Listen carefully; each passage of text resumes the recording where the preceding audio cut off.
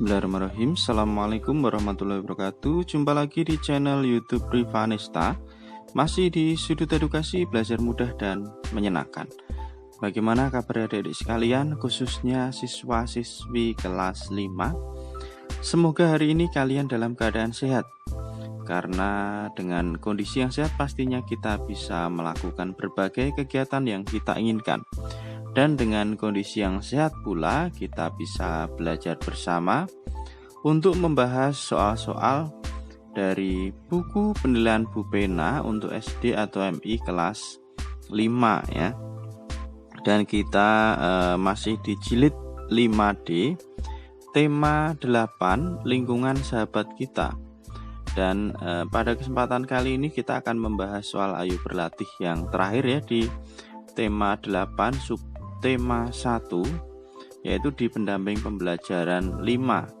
Untuk pendamping pembelajaran 6 tidak ada soal ayo berlatih, jadi terakhir hanya di pendamping pembelajaran 5 ya. Dan untuk pendamping pembelajaran 1 sampai dengan 5 berarti sudah kita bahas semua ya, berarti terakhir di kali ini.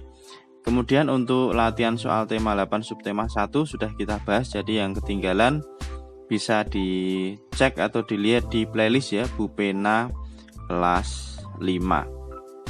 Oke, langsung saja kita menuju yang kita bahas kali ini ya, di pendamping pembelajaran 5, yaitu di halaman 21. Halaman 21 ini ada keterampilan kinerja praktek ya, karena kita membahasnya ayo berlatih, berarti langsung kita ke ayo berlatih. Ini ada di halaman 22, yakni mengidentifikasi peristiwa-peristiwa yang terdapat pada teks non-fiksi. Kemudian menuliskan peristiwa-peristiwa yang terdapat pada teks non-fiksi ke dalam peta pikiran. Bacalah teks non-fiksi berikut dengan seksama. Setelah itu, kerjakan soal-soalnya. Nah, ini ada teks ya, teks non-fiksi, judulnya adalah tahapan siklus air. Oke, mari kita baca bersama-sama ya. Ketersediaan air di daratan bumi dapat tetap terjaga karena adanya hujan. Hujan dapat terjadi karena adanya suatu proses alam yang berlangsung secara berulang atau siklus. Proses alam yang dimaksud tersebut dikenal dengan istilah siklus air. Siklus air adalah suatu sirkulasi air dari bumi ke atmosfer dan kembali lagi ke bumi yang berlangsung secara terus-menerus. Siklus air memegang peranan penting bagi kelangsungan hidup organisme di bumi. Melalui siklus ini, ketersediaan air di daratan dapat terjaga, teraturnya suhu lingkungan, cuaca, hujan, dan keseimbangan ekosistem.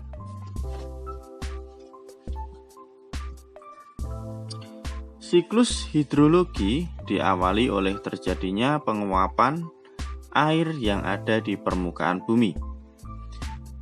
Air-air yang tertampung di danau, sungai, laut, sawah, bendungan, atau waduk berubah menjadi uap air karena adanya panas matahari.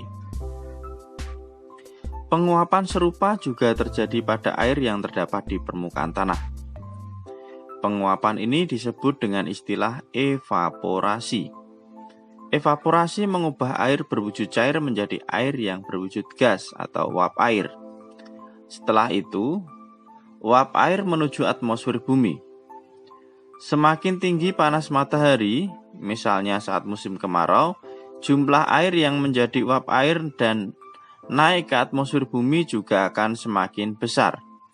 Ketika uap air yang dihasilkan melalui proses evaporasi naik hingga mencapai suatu titik ketinggian tertentu, uap air tersebut akan berubah menjadi titik-titik air melalui proses kondensasi. Perubahan wujud uap air menjadi titik air tersebut terjadi karena pengaruh suhu udara yang sangat rendah di titik ketinggian tersebut. Titik-titik air yang terbentuk akan saling mendekati dan bersatu satu sama lain sehingga membentuk awan. Semakin banyak titik-titik air yang bergabung, awan yang terbentuk juga akan semakin tebal dan gelap. Selanjutnya, awan yang tebal dan gelap akan mengalami proses presipitasi. Presipitasi adalah proses jatuhnya butiran-butiran air ke permukaan bumi atau disebut dengan hujan ya.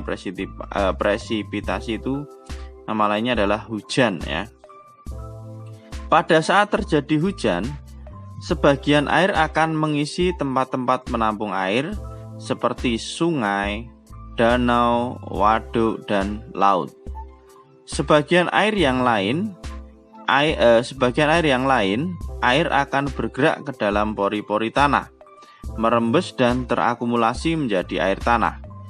Proses pergerakan air ke dalam pori tanah ini disebut proses infiltrasi ya, masuknya air ke dalam pori-pori tanah itu disebut infiltrasi ya. Proses infiltrasi akan secara lambat membawa air tanah kembali ke laut. Air yang telah mengalami siklus air tersebut akan mengalami berkumpul di lautan. Air tersebut secara berangsur-angsur akan kembali mengalami siklus air. Selanjutnya dengan diawali oleh proses evaporasi. Sumber dari http://www.biologi.net ya, tahun 2016. Judulnya itu siklus hidrologi pengertian proses, diakses pada tanggal 23 Februari 2018. Oke, selanjutnya kita ke pertanyaan ya. Ini ada 3 buah pertanyaan yang harus kita jawab. Yang pertama, tuliskan peristiwa penting yang terdapat pada cerita tersebut secara berurutan. Oke, jadi sekalian untuk yang nomor 1 ya, di sini sudah saya tuliskan beberapa peristiwa ya. Yang pertama, siklus air. Siklus air adalah sirkulasi air dari bumi ke atmosfer dan kembali lagi ke bumi. Yang kedua, siklus air itu dimulai dari penguapan air di bumi atau nama lainnya adalah evaporasi ya. Kemudian selanjutnya, uap air itu mencapai titik tertentu berubah menjadi titik-titik air yang disebut dengan kondensasi. Kemudian titik-titik air bergabung ya menjadi awan tebal ya. Ini bergabungnya kebanyakan ya, dari titik-titik air bergabung ya. Ya, coret kebanyakan tadi. Ya, titik-titik air bergabung menjadi awan tebal dan gelap. Selanjutnya terjadi hujan atau presipitasi. Air hujan mengisi tempat penampung air ya. Penampung air ini ada sungai ya, ada waduk ya. Dan ada juga yang bergerak ke dalam pori-pori tanah yang disebut dengan infiltrasi. Jadi air yang masuk ke dalam pori-pori tanah itu disebut dengan infiltrasi ya. Kemudian yang terakhir, air akan kembali mengalami siklus dimulai dengan evaporasi. Jadi ini tadi setelah masuk ke dalam penampung air dan juga ada yang bergerak dalam pori-pori tanah, maka akan bergabung di laut ya.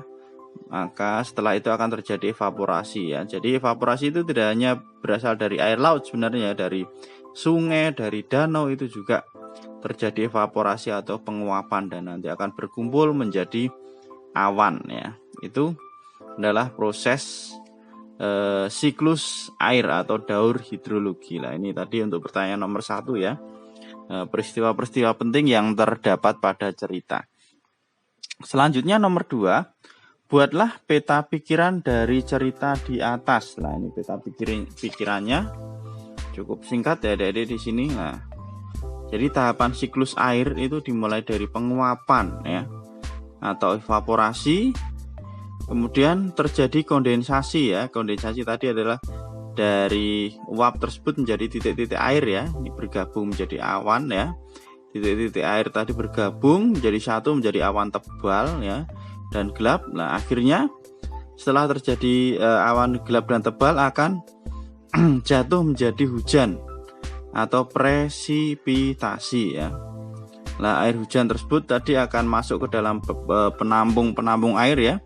Bisa danau, sungai ya, laut ya, sawah ataupun bendungan. Nah, ini nanti selain itu juga ada yang masuk ke dalam tanah atau masuk ke dalam pori-pori tanah yang disebut dengan infiltrasi. Ini yang masuk ke dalam pori-pori tanah. Kemudian dari beberapa sumber tersebut ya, air akan mengalami penguapan kembali ya. Jadi di dalam pori-pori tanah ini airnya juga akan menguap, di sungai, di danau ataupun di laut akan mengalami penguapan dan kembali lagi terjadi evaporasi. Jadi urutannya seperti itu ya Dede, kalau dibuat tahapan siklusnya ya. Evaporasi, kondensasi, presipitasi ya, atau hujan lah, kemudian terjadi evaporasi lah. Ini ada tambahan infiltrasi, itu adalah air hujan tadi yang masuk ke dalam pori-pori tanah. Itu untuk peta pikirannya. Nah, selanjutnya nomor 3, tuliskan kembali cerita tersebut dengan bahasamu sendiri. Nah, ini ya. Nah, saya tuliskan kembali. Jadi untuk yang nomor 3 ya, siklus air adalah sirkulasi air dari bumi ke atmosfer dan kembali lagi ke bumi yang berlangsung terus menerus. Siklus hidrologi diawali penguapan atau evaporasi air di permukaan bumi. Uap air menuju atmosfer bumi ya, ketika mencapai titik tertentu akan berubah menjadi titik-titik air atau kondensasi. Titik air bergabung terbentuk awan tebal dan gelap, selanjutnya terjadi hujan atau presipitasi. Proses pergerakan air ke dalam pori-pori tanah disebut infiltrasi, dan air akan kembali mengalami siklus yang diawali dengan evaporasi. Ini adik-adik. Jadi ini pembahasan untuk ayo berlatih di pendamping pembelajaran 5 ya. Jadi untuk ayo berlatih di tema 8 subtema 1 sudah kita bahas semua ya. Jadi untuk selanjutnya nanti ayo berlatih akan kita bahas di tema 8 subtema 2 serta latihan soal subtema 2 dan latihan soal subtema 3 nanti akan kita bahas di video-video berikutnya ya. Terima kasih sudah meluangkan waktu untuk belajar bersama. Mohon maaf apabila ada kekurangan. Silahkan pertanyaan atau saran bisa dituliskan di kolom komentar untuk kita diskusikan bersama-sama ya. Jangan lupa untuk selalu berdoa agar diberikan kemudahan dan kelancaran di setiap kegiatan yang kita lakukan. Cukup sekian untuk pertemuan kali ini dan saya akhiri. Assalamualaikum warahmatullahi wabarakatuh.